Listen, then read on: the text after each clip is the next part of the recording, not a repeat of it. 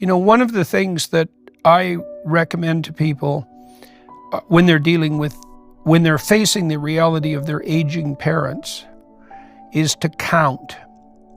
So when I was 50 and my parents were 70, we lived a fair distance from them, and we spent some time together every year, and I counted the remaining times, and there was like 25 of them. And 25, that's not a very big number. And that was 25 if everything went well. And so one of the things you do have to understand is that you have less time for many things than you think.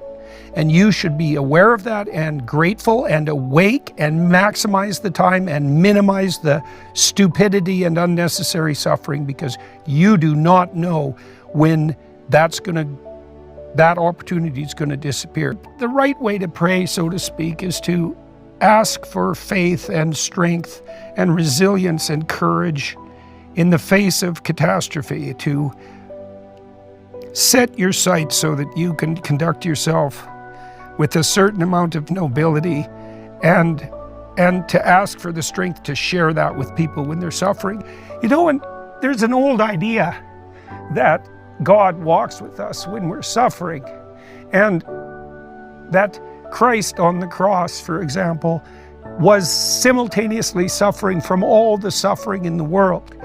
And the idea there is that although we're called upon to bear the utter catastrophe of mortality and malevolence, that the spirit that resides at the bottom of being itself is there with us as we suffer.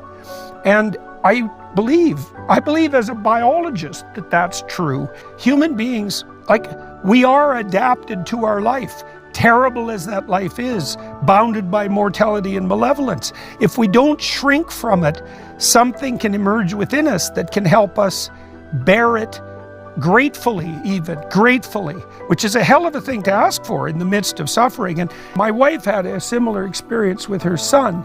These things happen, and it's the same thing that happened to Moses when he saw to the bottom of the burning bush, for example, and God spoke to him.